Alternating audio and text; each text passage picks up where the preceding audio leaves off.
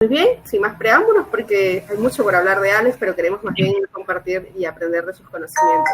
Dejo la palabra a Alex Valle Luján para poder dar inicio a este espacio. Gracias. Muchísimas gracias, Seira. Muchísimas gracias a todos los que van a participar hoy día con las charlas, porque el tiempo va a ser limitado. Voy a ver para presentar el PPT, si lo pueden visualizar, por favor.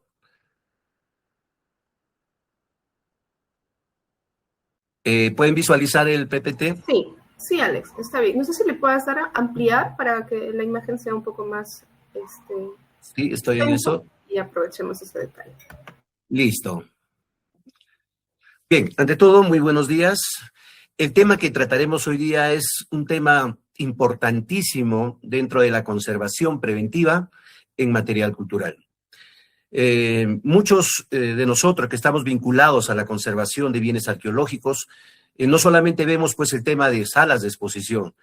Muchos de estos elementos están dentro de depósitos almacenados y muchos de ellos en espacios precarios que no cuentan las medidas de conservación preventiva idóneas. En el norte del Perú tenemos mucha problemática, digamos, en sentido de la conservación y el mantenimiento de estos elementos artísticos, arqueológicos. Vamos a iniciar hablando un poco de lo que es los fundamentos de monitoreo y el entorno de almacenamiento. Un almacén cerrado es un hábitat constante para procesos de deterioro. No solamente, pues, el mismo elemento que alberga el material cultural, nosotros le denominamos contenedores, pero en sí la afectación se va al contenido. Y el contenido va a variar de acuerdo a su naturaleza constructiva, digamos, cerámica, textiles, metales, elementos óseos, malacológico, entre otros más. Estos estándares de medición ambiental van a reaccionar directa e indirectamente sobre el patrimonio. En la fotografía que ustedes ven al lado izquierdo, podemos determinar el grado de iluminación que está expuesto a estos elementos textiles. El textil está altamente deteriorado, presenta una patología de pulverulencia o degradación, y esto se acelera a consecuencias de factores medioambientales, entre ellos la iluminación, ¿no? Los datos climáticos mediante equipos nos van a facilitar a nosotros, los que estamos encargados de estos depósitos, en tomar acciones previas para minimizar el impacto directo. No podemos detener. Ese término, por ejemplo, ha sido bastante cuestionado en la conservación preventiva. Minimizar el efecto deterioro a consecuencia de factores medioambientales.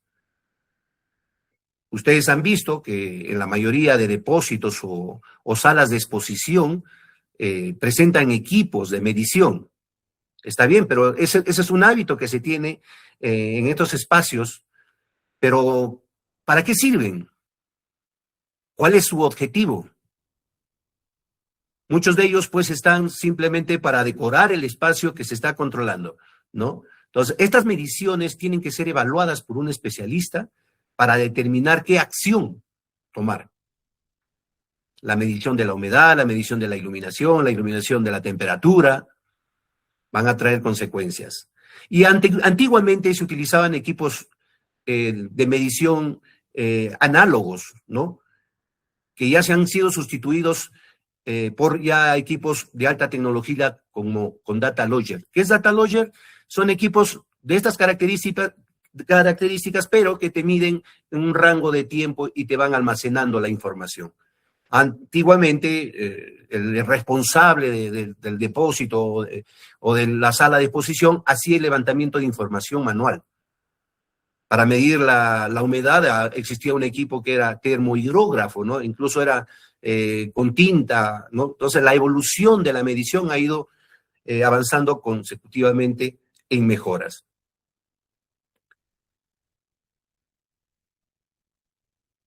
¿Se puede visualizar? ¿No puedo correr la imagen? Bueno, ya está.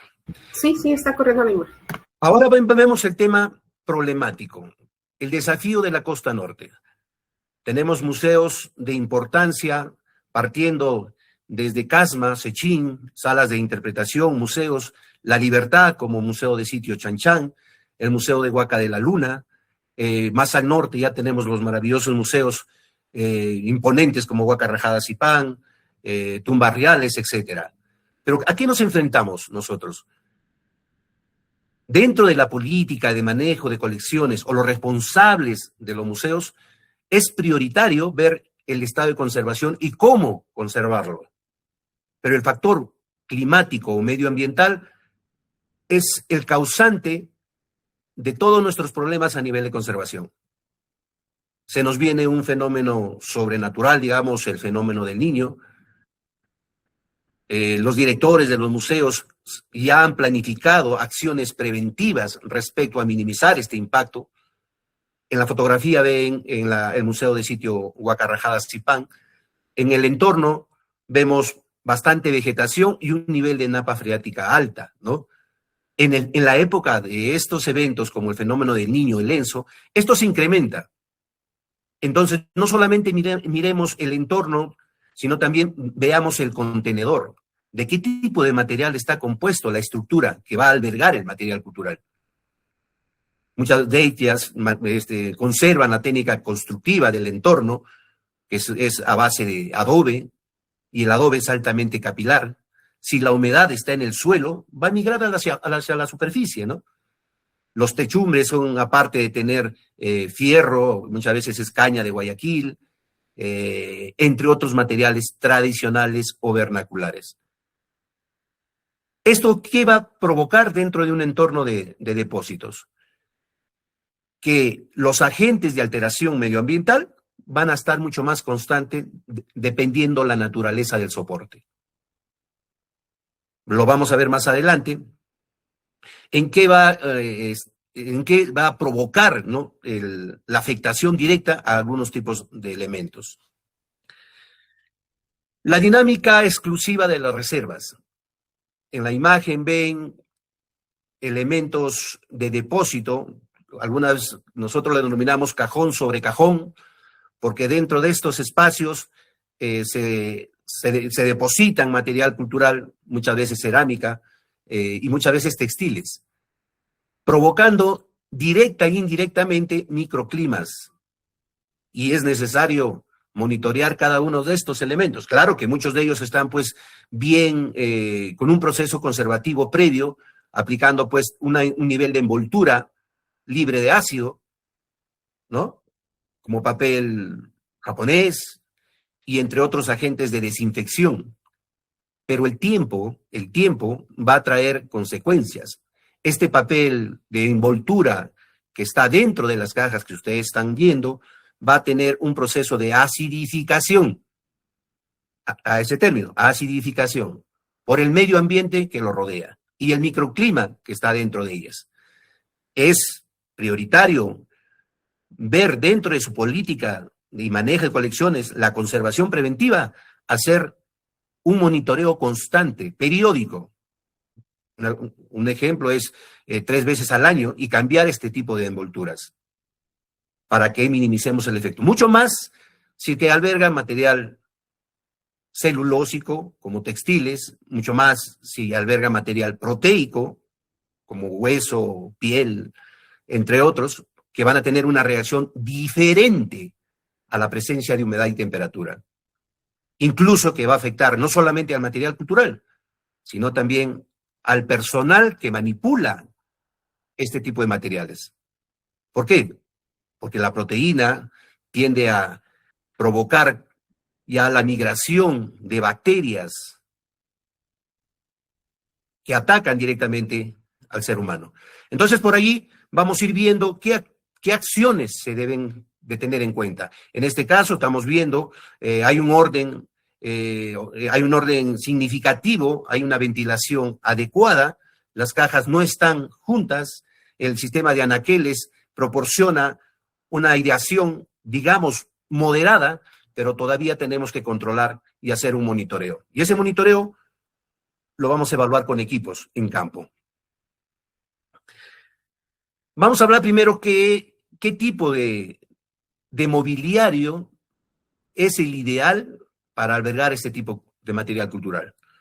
En la fotografía se han retirado estos elementos de las cajas para que reciban, digamos, un desecamiento natural, no forzado.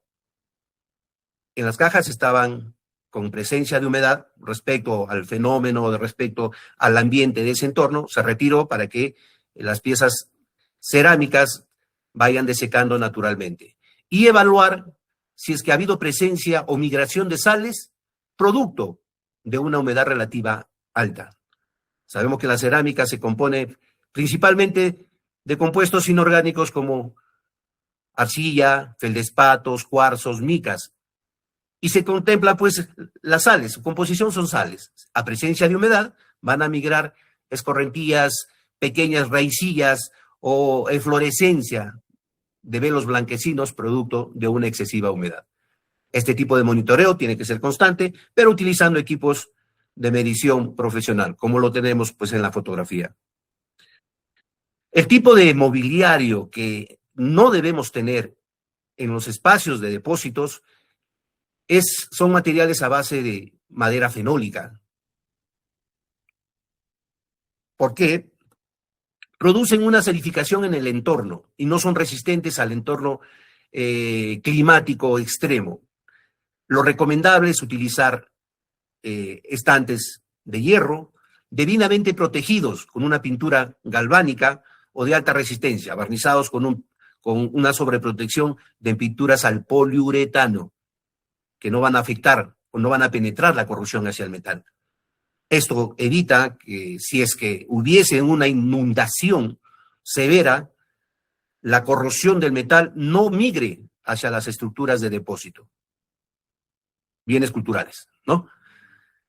La separación de los muros o de los estantes tiene que estar aproximadamente entre 10 centímetros de la pared. ¿Por qué? Porque por capilaridad la humedad va a venir del subsuelo y va a subir hacia los muros. Se va a gasificar, digamos, vaporizar hacia las estructuras más higroscópicas. Es como un imán, va a absorber la humedad. Entonces, mientras más cerca esté de los muros, los anaqueles, va a ser más perjuicioso en humidificar el material cultural. Siempre en la parte inferior tiene que haber una separación preventiva entre 15, 20 y 35 centímetros. Nada de material cultural en el suelo. Conservación y gestión de riesgo. Por allí que se nos viene una aluvión fuerte y sobrepasa los bordes de las puertas y ingresa agua a los espacios de depósitos. Entonces, la prevención siempre tiene que ir de la mano para evitar este tipo de incidentes. Tipología de los depósitos arqueológicos. Como hemos venido diciendo, existe una variedad en la costa norte del Perú. El clima es diferente a la Sierra del Norte y en la costa prolifera este tipo de material en gran cantidad. Me ha tocado ver depósitos realmente críticos, donde se ha disociado muchas veces las cajas y no se ubica qué tipo de material alberga. No mantienen la conservación adecuada, no contienen estantes, están las cajas en el suelo, etc. Nos falta mucho por mejorar este tipo de conservación, importantísimo en el material cultural. En los depósitos vamos a encontrar metales, y estos metales tienden un proceso de corrosión que se activa. Mientras menos humedad tengamos en el entorno, va a ser mucho más estable su conservación. Claro que ha habido procedimientos de conservación en gabinete para estabilizar o neutralizar el proceso de corrosión, específicamente pues en bronce.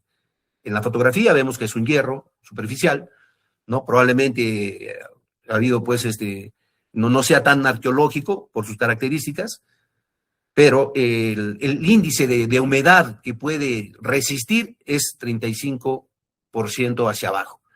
Los textiles es diferente, los textiles, hay bibliografía que cuenta que un textil arqueológico puede estar estable entre los 50 y 60% de humedad relativa. Discrepo un poco, pero siempre me acojo más entre 45 y 55%. ¿Y qué pasaría si es que aumentase pues la humedad relativa en los textiles?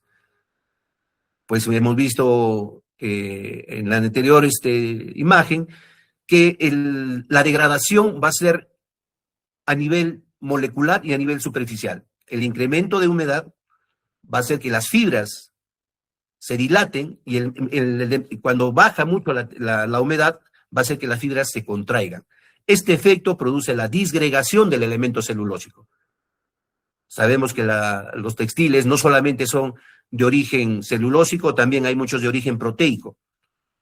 Y el proteico, estamos hablando de la llama, alpaca, etcétera, muy conocido en el antiguo Perú, ya tiene otro comportamiento.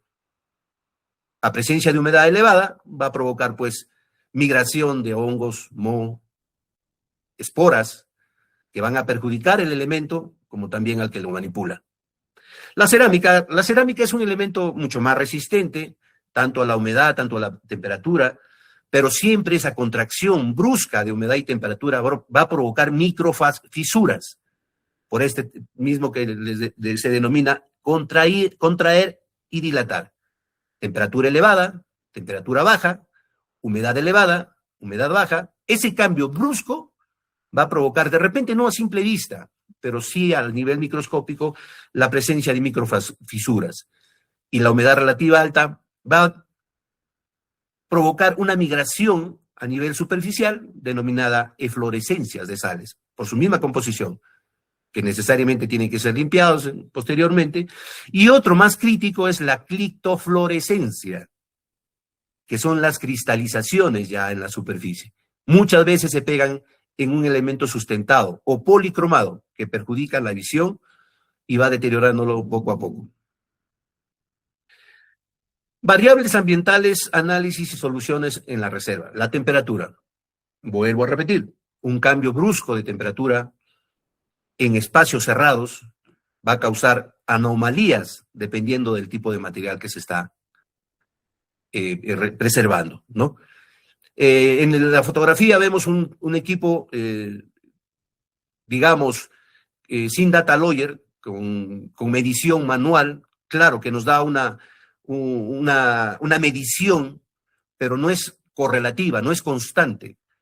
Este tipo de equipos nos ayuda a determinar bajo el ojo humano, o bajo nuestra sensibilidad, a qué temperatura estamos. Pero lo que nos corresponde a nosotros es ver qué oscilación ha habido durante todo el día y durante toda la noche.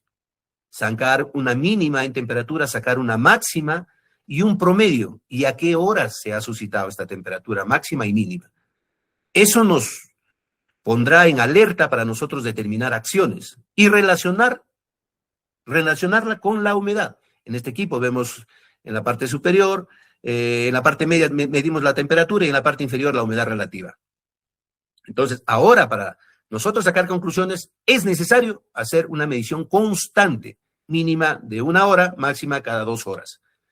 Los equipos que tienen actualmente estas funciones se denominan data logger y se descarga pues en una hoja de cálculo Excel y te da incluso ya valores gráficos de máxima y mínima. ¿Levantaron la mano? ¿Alguna pregunta? Creo que lo ponemos al final, puede ser. Les voy a pedir que vayan quizás dejando sus preguntas en la caja de comentarios y las resolvemos al final para poder aprovechar este espacio. Listo, continuamos. Entonces, ¿es necesario hacer una medición constante? Sí. Relacionar entre todos los, digamos, los factores climáticos del entorno también. Estamos hablando ahorita sobre la temperatura. La humedad relativa. La humedad relativa dentro de un espacio de depósitos va a ser fluctuante y va a ser detonante respecto a la temperatura. Si el vapor de agua y la temperatura es elevada, el vapor va a subir a la superficie, ¿no? Si el vapor es elevado y la temperatura es baja, lo que va a provocar es que se condense y se depositen sobre el material más higroscópico. ¿Y cuál será, pues, el material más higroscópico dentro de un depósito? Si está expuesta a la cerámica, va a ir sobre la cerámica. Si está expuesta sobre cajas de cartón, será sobre las cajas de cartón. Si no, sobre los muros, que son, dependiendo del tipo de material, ladrillo, adobe, etcétera, o sobre toda la estructura de techumbre, ¿no? Pero va a mantener una humedad constante dentro del entorno. Ese cambio fluctuante entre humedad y relativa va a provocar alteraciones significativas. Y no hablemos de los textiles, los metales, que vamos a ver más adelante cuál es el efecto que va a provocar en el cobre, o aleaciones de cobre, etcétera. La fluctuación que puede estar crítica es si la humedad relativa está por debajo del 35%. Si está por debajo del 35%, ya pues estamos hablando de un espacio seco que va a tener significación en contracción. Y si estamos hablando de una humedad relativa mayor a 65, el espacio va a ser bastante húmedo. Entonces, tenemos que tener un promedio, ¿no? Entre 65 lo más alto y 35. Entonces, la humedad relativa debería estar en promedio de 45%. Ahora existen metodologías o metodología por medio de ventilación forzada o controlada, o también los famosos deshumidificadores, que bajan este nivel de humedad del entorno, controlando esta fluctuación fuerte, manteniéndolo en un porcentaje de 40, 45 a 50%. Las fluctuaciones, los picos rápidos, son más destructivos que un valor estable ligeramente. Entonces, ¿es necesario tener deshumidificadores dentro de los espacios de depósitos? Necesariamente, dependiendo del monitoreo y el valor que nos bota, ¿no? Igual en las salas de exposición, o sea, no solamente estamos hablando acá de los depósitos, estamos hablando de las salas que albergan material cultural que están en exposición. Entonces, ¿es necesario tener estos equipos? Sí. Acá vemos algunos porcentajes de material cultural, no solamente del tema arqueológico. Tenemos películas de color que ahora se conservan mucho en Lima, ¿no? Las famosas, las cintas que tienen que tener, y son mucho más degradables porque son pues láminas de plata o geles de plata, entre otros. La cerámica, que tiene que estar entre 20 y 60%. 20 porque sí resiste la humedad extrema, pero como vuelvo a repetir, la migración de sales y el cambio brusco pueden provocar alteraciones. Las películas a blanco y negro, ¿no? de acetato de poliéster, entre 50 y 60%. Las películas con base de nitrato, de la misma cantidad, ¿no? De 40 a 60%. Y acá viene pues un tema arqueológico. Los objetos orgánicos, madera, papel, fibra, marfil, cuero, pergamino, pinturas, siempre tienen que estar entre el 50 y 60. Como les volvía, es un poco una variante, desde mi punto de vista profesional, calculamos entre 45 y 55%, ¿no? Los objetos previamente de ambientes húmedos, naufragio, y ya existe la conservación de material recuperado en zonas de naufragios, en el Perú y en otras partes del mundo. Ahora existe la conservación subacuática, entonces por allí estos elementos recuperados sí pueden aguantar un 100% de humedad. Bien, la humedad y el equilibrio y efecto buffer. Esto ya es para solucionar el tema de la humedad y el efecto que puede producir. Hemos visto cajas de poliuretano, o digamos nosotros plásticos, ¿no? Y hay otro tipo de materiales que son inertes a la presencia de humedad. Entonces, no van a asimilar la humedad del entorno, se van a condensar en los espacios vacíos, dentro de las cajas. El papel es higroscópico.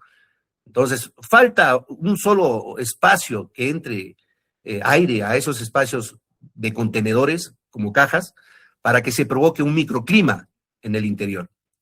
Uno de los tratamientos que se realizan es el equilibrio del efecto buffer. ¿Qué es esto? Al inicio les dije que el medio ácido va a proliferar por cambios fuertes de temperatura y sobre todo de humedad. Los papeles se van a amarillar, no sé si ustedes han visto en sus bibliotecas, ¿no? En sus bibliotecas, cuando van, después de un tiempo, los bordes de los libros ya se comienzan a amarillar. Este es el efecto del entorno ácido.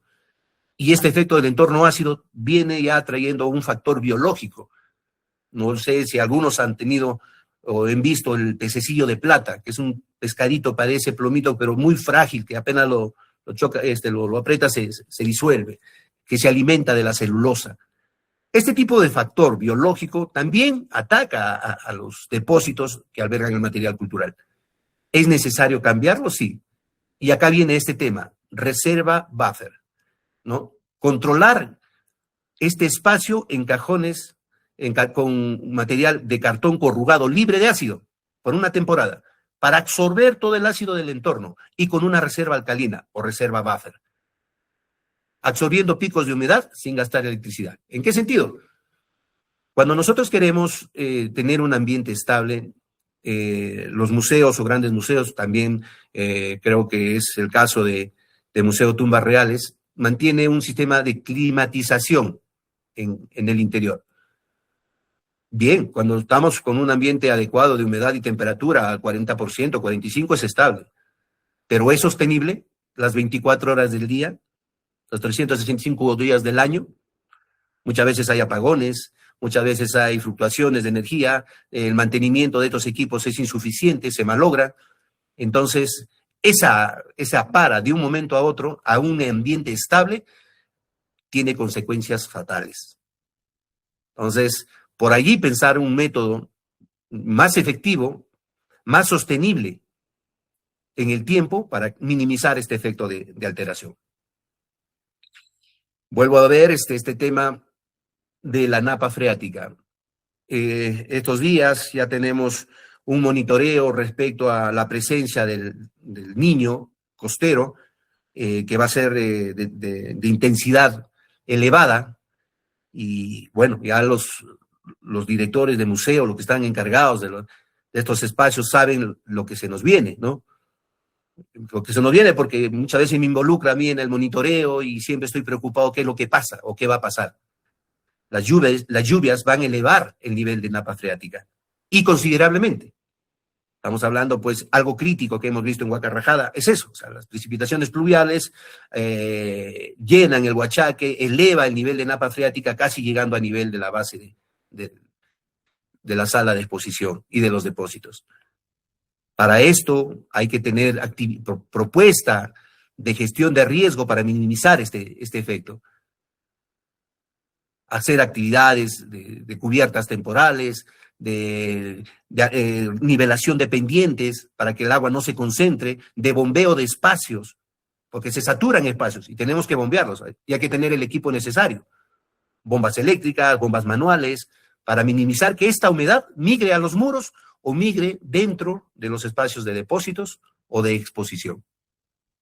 Entonces, no solamente es medir, sino es prever qué va a pasar. Y ante esto, ya debemos tener ya un plan de contingencia para minimizar este efecto que puede provocar alteraciones graves, severas, incluso pérdida general. Imagínate que se nos colapse parte de estas estructuras de depósitos, ¿no? Producto de un aluvión que puede pasar, ¿no? Entonces, nunca descartemos un extremo caso o lo minimicemos. La iluminación. Va viendo que todo está amarrado, ¿no?, a la conservación preventiva. La iluminación en espacios de depósitos, muchas veces mientras menos iluminación tengamos, es mucho mejor. Claro que es cierto, pues la iluminación atrae pues al ataque biológico, a factores de migración de ciertas especies, si va relacionado con la humedad. Pero nos preocupa mucho la iluminación sobre el material cultural. Hay estándares que determinan que por medio de los lux, ¿no?, que es la unidad de medida, ya va deteriorando poco a poco el material mucho más sensible.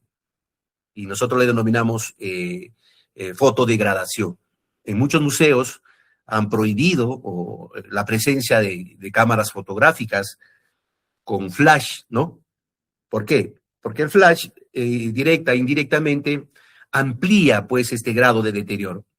Es una luz altamente fuerte, pero a veces lo consideran muy sensible.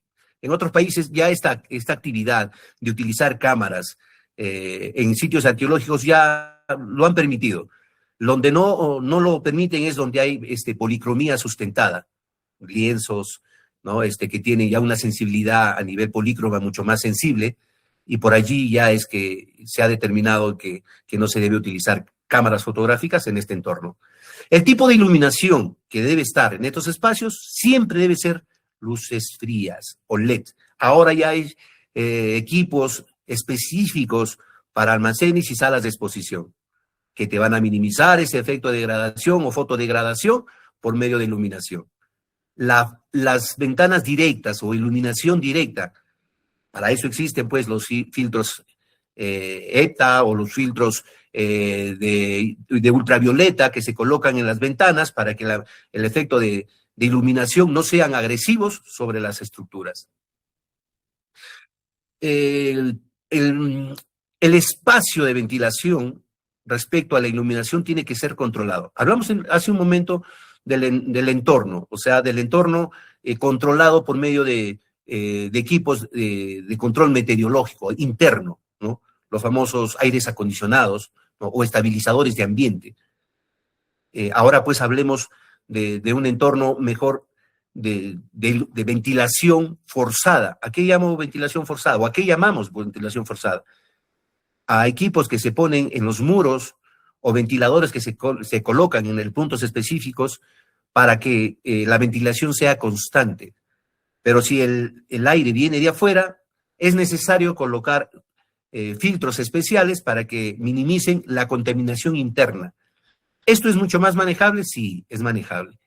Por experiencia, les comento, estaba a cargo de la restauración un resane de afectaciones que se provocaron en la Pinacoteca Ignacio Merino en Lima, y por consecuencia el equipo de control de temperatura se había malogrado, ¿no? Este equipo funcionaba estabilizando no solamente pues el entorno, también las estructuras arquitectónicas. Se produjo un agrietamiento fuerte, considerable, por este cambio fuerte también de ambiente, ¿no? Que estaba estabilizado a un ambiente que no estaba estabilizado. Se comenzaron a precipitar el enlucido de la pintura, y esto pues albergaba material polícromo, lienzos. Entonces, este efecto, si lo medimos minuciosamente, no solamente afectó la arquitectura. En ese momento era solucionar la arquitectura, pero no vimos la afectación superficial o profunda que pudo haber tenido ese lienzo que ya había sido intervenido. Entonces, es mejor mantener medidas de conservación preventiva que sean sostenibles a métodos electrónicos que en su momento pueden provocar más daño, ¿no? La iluminación. Acá vemos un poco dentro de los estándares qué material es mucho más susceptible a la iluminación. El equipo que utilizamos normalmente se denominan luxómetros y van en los espacios, lo monitoreamos dentro de los espacios de almacenamiento y las salas de exposición. Los materiales no afectados por la luz, bueno, es el material inorgánico, la piedra, los metales, la cerámica, los mosaicos, la madera sin decoración y marfil no decorado. Cuando tiene policromía, el efecto va a ser diferente. Cuando tiene policromía, estamos hablando muchas veces de pinturas de carácter orgánico, ¿no? Por ejemplo, la famosa, la cochinilla, ¿no? La cochinilla es muy susceptible a la iluminación. Y hay otros elementos que resisten mucho más, pues pinturas a base de óxidos, por ejemplo, la malaquita, la azurita, colores azules que son producto de los óxidos del hierro, del cobre, del cobre, ¿no? Entonces son mucho más resistentes, pero hay pinturas de origen proteico y celulósico que pueden deteriorarse fácilmente. Los materiales afectados por acción de la luz, la pintura, volvemos a repetir, pintura al óleo, témpera, barnices, madera, esculturas policromadas y marfil decorado. Muy susceptible que el color. La pintura es muy susceptible, pero vuelvo a repetir que hay unos que son mucho más resistentes. Los materiales muy sensibles a la iluminación son los textiles, entre otras el papel, el cuero, la acuarela. ¿Y por qué? Hablamos de ese término, fotodegradación. Y la luz va a provocar oxidación, amarillamiento en la superficie de elementos celulósicos, como libros, textiles. Y también, bueno, como vuelvo a repetir, hay textiles proteicos, mucho más resistentes, pero la fotodegradación va a ser inminente. Entonces, por ahí hay que tener mucho cuidado en medir estos estándares y, sobre todo, exponerlos en espacios muy iluminados. Por eso, los museos, a veces, pues, uno que tiene poca sensibilidad a la luz, es un poco difícil. Hoy prendan la luz, no veo nada, ¿no? Entonces, tiene su criterio en que menos iluminación, la conservación va a ser la adecuada sobre los elementos que se están exponiendo, ¿no? Y es el caso del Museo Tumba Real, el Museo Huacarrajada Zipanqui. La iluminación es controlada en el interior, solamente para que se pueda observar, pero minimizando el efecto sobre el material cultural. La climatización HVAC, lo que les acabo de mencionar, ¿no? O sea, es preferible tener un ambiente estable, ventilado con aire forzado o ventilado con un mecanismo forzado, que mantener un sistema climático constante, porque esto puede provocar a la larga un efecto rebote si es que no funcionase. La ventilación forzada es sostenible, rompe el estancamiento y reduce la carga fúngica. Fúngica es la presencia de hongos en la superficie, no solamente del material cultural, sino también del contenedor. La madera de los muros, la base de los muros, las vitrinas, los soportes, los anaqueles, etc. Entonces, por allí, si queremos minimizar, y en zonas de depósitos es muy costoso mantener un sistema climático como el que estamos mencionando, es preferible hacer un estudio a nivel de condiciones medioambientales y realizar pues una actividad de ventilación forzada. Vimos una vez, ¿no? Que el entorno a Huacarrajada tenemos bastante factor biológico, hormigas, insectos, etcétera. ¿Es necesario aplicar este sistema? Sí, y se puede minimizar el impacto colocando filtros, pues, donde está, filtro cepa, ¿no? Donde están, pues, los puntos de ventilación forzada al interior de los depósitos y de las salas de exposición. El factor biológico y desinfección segura. Una vez que hemos encontrado una plaga producto de alteraciones medioambientales, es preferible activar los protocolos de medidas de seguridad, dependiendo del tipo de material. Se prohíbe utilizar fúngicos tóxicos que dañen la pieza y al personal. Hay fúngicos que pueden erradicar gran cantidad de factores biológicos, como la polilla, como el agente de carcomas que deterioran la madera, ¿no? Bueno, seguimos. Y entre otros. Este tipo de material tóxico puede dañar algunas superficies como los proteicos y los celulósicos. Es preferible tener, como vuelvo a repetir, protocolos de desinfección localizada, no generalizada.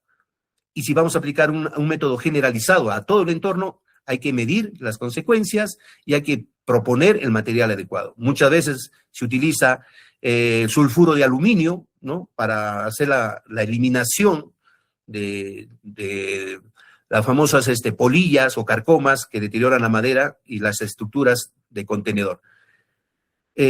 Cuando tenemos un espacio que hemos identificado hongos o moho, ¿no? Y otro tipo de bacterias, es necesario aplicar métodos puntuales.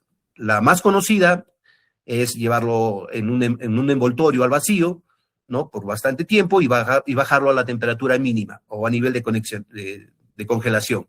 Ese método se llama el sistema de la anoxia y funciona muy bien en elementos importantes que deseamos realizar el factor biológico, la estabilización del factor biológico. Desafíos del contexto específico en la costa norte. Es la preocupación constante.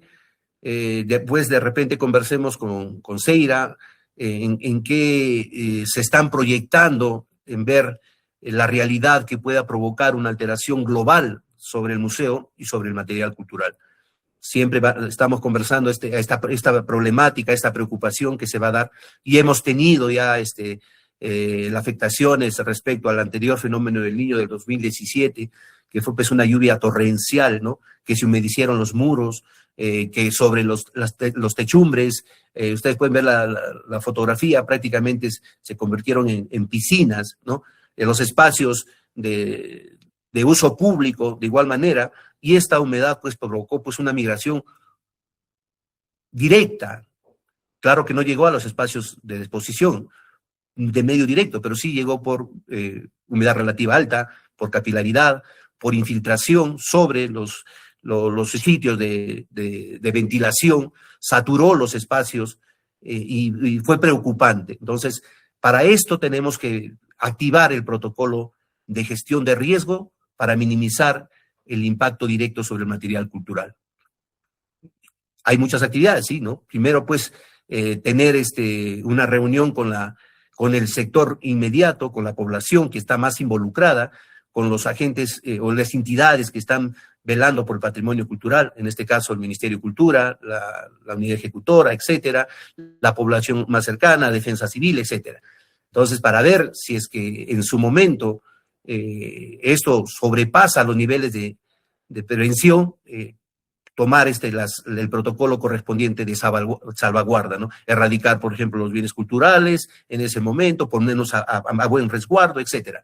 Pero eso parte de una política de gestión de riesgo. La actividad, la enfermedad del bronce. Ustedes ven, pues, una figura emblemática dentro del museo Huacca Zipán, maravilloso, es un elemento maravilloso, que tiene una pátina superficial denominada malaquita o el óxido de cobre 2.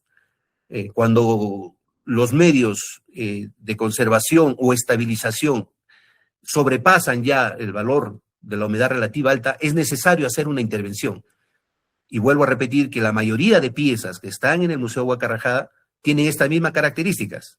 La malaquita como óxido de protección, claro que ha sido estabilizado por medios químicos, pero en el momento que va a sobrepasar la humedad dentro de tus espacios, estos se van a activar.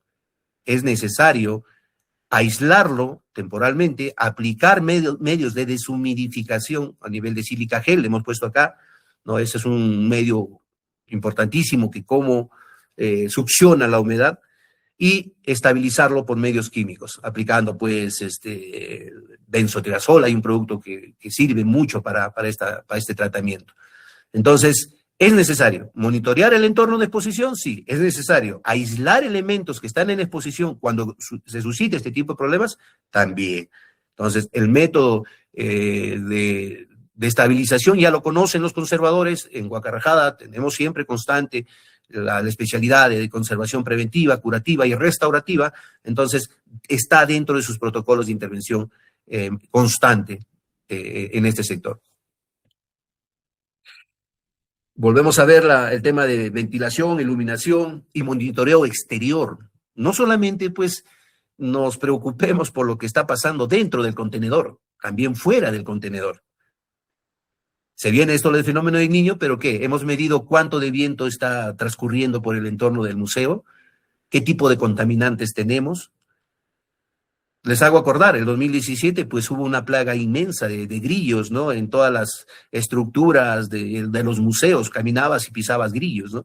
Y estos grillos se alimentaban no solamente pues de vegetales, etcétera, ¿no? Se alimentaban de estructuras de adobe. O sea, en la parte de los espacios que son construcciones de adobe comenzaban a perforar y alimentarse de esto. Y no estamos hablando de una simple plaga, fue una plaga que desbordó todo el norte del Perú, llegando hasta Trujillo, incluso hasta Lima. Entonces, es prioritario tener un centro de monitoreo ambiental. Y en Huaca lo tenemos una mini estación meteorológica. Estos datos nos sirven mucho para nosotros ir viendo los factores climáticos y cuándo se ha suscitado pues el mayor problema. Y esto tenemos que relacionarlo también pues con las mediciones de Cenami, ir constantemente viendo cómo va desarrollándose este fenómeno del ENSO, del Niño, para nosotros tener pues, y vuelvo a repetir, este protocolo que nos pueda aliviar en su momento un ataque inminente sobre precipitaciones pluviales. Entonces, este equipo es un anemómetro digital, manual, donde me va a medir la dirección y la fuerza del viento. Esto tiene data logger, le va a medir durante todo el día y vamos viendo las fluctuaciones. El viento fuerte, viento alisio, no tenemos buenos filtros hacia los depósitos y indudablemente que va a haber alteraciones por ataque biológico o por contaminación atmosférica, puesto que en el entorno tenemos embrios constantes de caña que vienen utilizando medios químicos para desinfección. Estos químicos degradan y decantan sobre las estructuras arqueológicas que estamos cuidando. Vemos a la especialista en conservación en la fotografía, utilizando un protocolo de minimizar la humedad relativa del entorno. Este es un equipo electrónico denominado deshumidificador, que se colocan en ciertos puntos previo resultado del monitoreo que se ha determinado. Si la humedad relativa supera los 55, como hemos visto, la conservadora ha tomado la decisión de aplicar esta metodología de deshumidificación. Este es un método global y sobre las estructuras o cajas de caja máster que se utilizan, por ejemplo, dentro de la cerámica o textiles, se puede aplicar otro procedimiento con sílica gel puntualizado para que baje el nivel de humedad relativa de los espacios cerrados y esta metodología para los espacios abiertos. Siempre tomar en cuenta los monitoreos globales que se tengan en consideración. En conclusión, el almacén no es un espacio muerto, es un ecosistema cerrado. El éxito no recae en la compra del aire acondicionado costoso, sino en una correcta interpretación del clima y del control meteorológico. Las infiltraciones estructurales y el uso estratégico de mobiliario y embalaje para amortiguar la dureza del clima costero. Entonces, espero que con estas pequeñas charlas podamos profundizar ya más adelante en un estudio en la utilización de estos equipos, cómo funcionan, cuáles son los estándares, qué tipo tenemos, etcétera. Nos espera un gran trabajo respecto a esta problemática que se nos viene, que es el fenómeno del Niño. Y agradezco a Seira por la invitación, porque personalmente es mi preocupación qué va a pasar de aquí en noviembre, diciembre, enero y febrero, ¿no? Entonces es fuerte lo que se nos viene y hay que pensar en esto, conservación preventiva a nivel de gestión de riesgo. Así es. Muchísimas gracias, Alex. Siempre para mí es un altísimo gusto estar compartiéndote este conocimiento que tienes y además de cosas muy puntuales que a muchos de nosotros que estamos enlazados ahora nos interesan, ¿no? A veces en los museos tenemos una serie de materiales y la responsabilidad es tan alta que es súper nutritivo poder retroalimentar o recordar estas cosas muy puntuales y técnicas para la salvaguarda del patrimonio que custodiamos. El tiempo es súper corto. Yo quisiera trasladar al público que ahora nos acompaña la posibilidad de que puedan hacer alguna pregunta adicional o que nos puedan indicar si tienen alguna duda.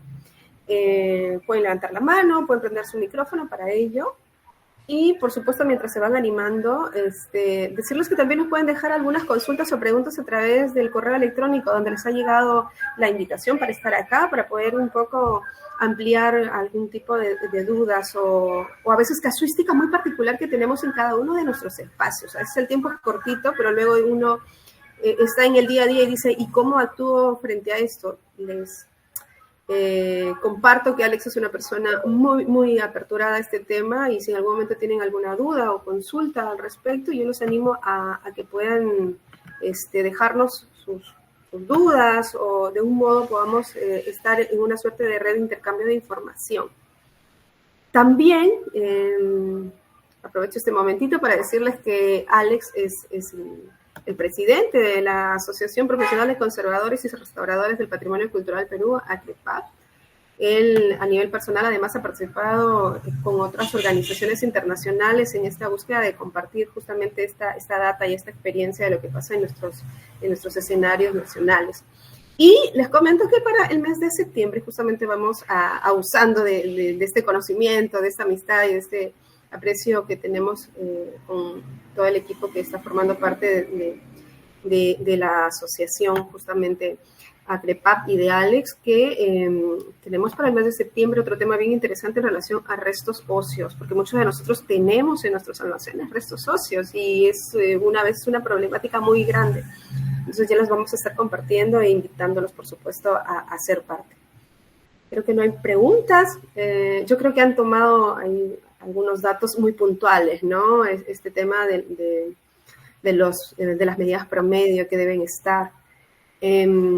Justo tenemos por aquí a Ashley. Ella, por supuesto, Alex, te expresa este saludo por toda esta información tan importante que nos das y nos pregunta ¿qué marca de equipo o sistema de temperatura y humedad recomiendas para el monitoreo? Bueno, hay una variedad de equipos, pero dentro de la experiencia nos ha resultado más factible utilizar equipos con baterías sueltas, ¿no? No con baterías cargables, porque tienen su tiempo de vida. Entonces es mejor tener equipos de medición con pilas, no con baterías, porque ahora hay con cargadores puntuales, con el cargador de celular igual, pero tiene tiempo de vida esas baterías y es muy dificultoso conseguir en el mercado, ¿no? Entonces hay una variedad de equipos y muy buenos. Hay equipos que ya tienen una certificación por INACAL, que es el de calidad, es la institución que garantiza la calidad y mediciones. Eso sería mucho mejor, pero son muy caros. Entonces, por allí recomiendo yo, si son certificados, mucho mejor. Y si tienen un equipo de medición medioambiental, igual, siempre nos va a ser, digamos, efectivo. La cuestión es monitorear, la cuestión es interpretar. Eso era justo lo que iba a agregar, Alex. A veces nos queremos llenar de equipos o de cosas, pero si no los interpretamos, la información igual no nos va a ayudar mucho, no solo nos va a servir, como decía, como una cuestión decorativa. Reiterarles que para septiembre el tema que vamos a abordar con Alex es documentación y conservación de restos óseos arqueológicos. Estamos pensando que sea para el 18 de septiembre, así que ya le dejo por ahí la fecha a todos ustedes. Por último decir, agradezco la presencia de cada uno de ustedes. Como le dijo Seira, soy presidente de la asociación, estamos muy vinculados al patrimonio cultural, no solamente en mi presencia, tenemos presencia de especialistas en distintos soportes, pinturas, esculturas, lienzos, esculturas religiosas, etcétera, que en su momento estamos dispuestos a contribuir en la capacitación y divulgación del patrimonio cultural. Exacto. Bueno, muchísimas gracias a todos, gracias por la información. Igual vamos a tratar de dar una respuesta siempre a las preguntas que nos dejen. Solo muy breve, Alex, antes de cerrar. ¿Hay alguna forma de medir el grado de acidez del papel que envuelve? Claro, tenemos papel indicador, que es el con pH, o también tenemos equipos electrónicos, pHímetros, ¿no? Pero con previa humectación. El tornasol o papel indicador con previa humectación te va a dar un grado de acidez o alcalinidad, ¿no? Entonces, por allí es mucho más manejable. También hay marcas, y como te digo, lo más barato, lo más efectivo, papel indicador de tornasol. Y otro pues son equipos de conductividad eléctrica que son mucho más costosos, como el equipo HANA, que es un equipo que nos da otro valor incluso, ¿no? Conductividad eléctrica, que